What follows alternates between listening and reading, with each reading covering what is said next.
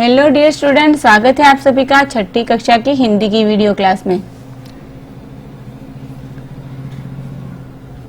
हमने अभी तक 3 निबंध लिखे हैं, 3 पत्र भी लिख चुके हैं। आज हम कहानी की शुरुआत करेंगे। कहानी की शुरुआत करने से पहले आपको उसकी रूपरेखा पढ़नी चाहिए। रूपरेखा अगर नहीं दी हो तो आपको खुद ही सोचना चाहिए कि कहानी का स्थान कौन सा है, कहानी में कौन कौन से पात्र हैं, कहानी का क्या विषय है, कितने परिच्छेद में लिखेंगे और कहानी से क्या सीख मिलेगी, कहानी को शीर्षक क्या देंगे, ये सब सोच के रखना चाहिए। फिर कहानी की शुरुआत करनी चाहिए। तो यहाँ देखते हैं, यहाँ रूपरेखा दी हुई है। कई बार एग्जाम में रूपरेखा नहीं दी होती है तो सीधी कहानी भी आपको लिखनी चाहिए।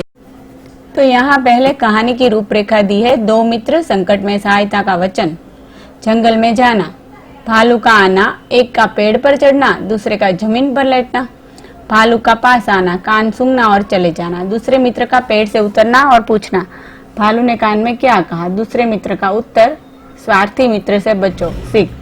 तो बच्चों, ये रूपरेखा दी है, मतलब संक्षिप्त में आपको मेन पॉइंट दिए हैं कहानी के, जिसका आपको विस्तार करना है। जैसे कि 2 मित्र यहाँ लिखा है तो आपको लिखना पड़ेगा कि एक गांव में 2 मित्र रहते थे और एक बार दोनों जंगल से होकर गुजर रहे थे। फिर यहाँ दिया है कि संकट में सहायता का वचन, तो इसका विस्तार करके ऐसे लिखेंगे कि दोनों ने संकट के समय एक दूसरे को सहायता करने का वचन दिया था। तो ऐसे ये सब रूपरेखाओं को आपको विस्तार से लिखना है। तो चलिए शुरुआत करते हैं। तो कहानी का शीर्षक दिया है स्वार्थी मित्र। ये आपको बाद में सोचकर लिखना पड़ता है, यहाँ पहले से दिया हुआ है क्योंकि ये कहानी यहाँ दी गई है इसलिए। एक गांव में 2 मित्र रहते थे। एक बार दोनों जंगल से होकर गुजर रहे थे। दोनों ने संकट के समय एक दूसरे को सहायता करने का वचन दिया था। वहां उन्हें सामने से एक भालू आता हुआ दिखाई दिया। अब ये परिच्छेद यहाँ पूरा करके दूसरा परिच्छेद। भालू को अपनी तरफ आता हुआ देखकर एक मित्र दौड़कर पेड़ पर चढ़ गया। दूसरे मित्र को पेड़ पर चढ़ना नहीं आता था।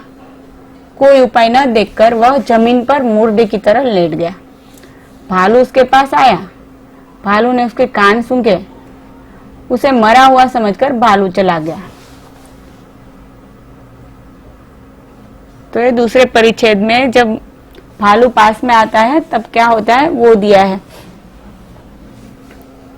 तब क्या है, एक मित्र दौड़कर पेड़ पर चढ़ जाता है और दूसरा मरे हुए मतलब मुर्दे की तरह लेट जाता है और भालू उसके कान सूंघकर चला जाता है। फिर यहाँ तीसरा परिच्छेद दिया है।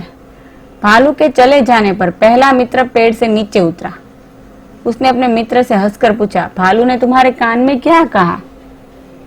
उसने जवाब दिया, भालू ने कहा कि स्वार्थी मित्र से दूर रहना चाहिए।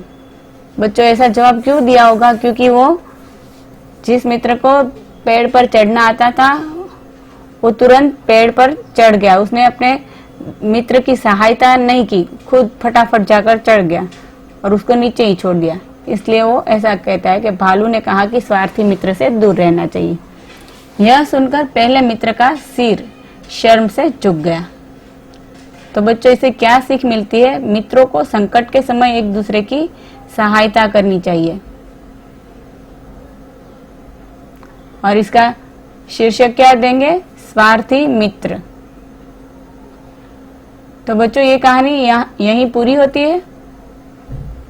तो आज के लिए इतना ही। आपको ये कहानी हिंदी की निबंध की नोटबुक में लिख लेनी है और याद करनी है। Thank you.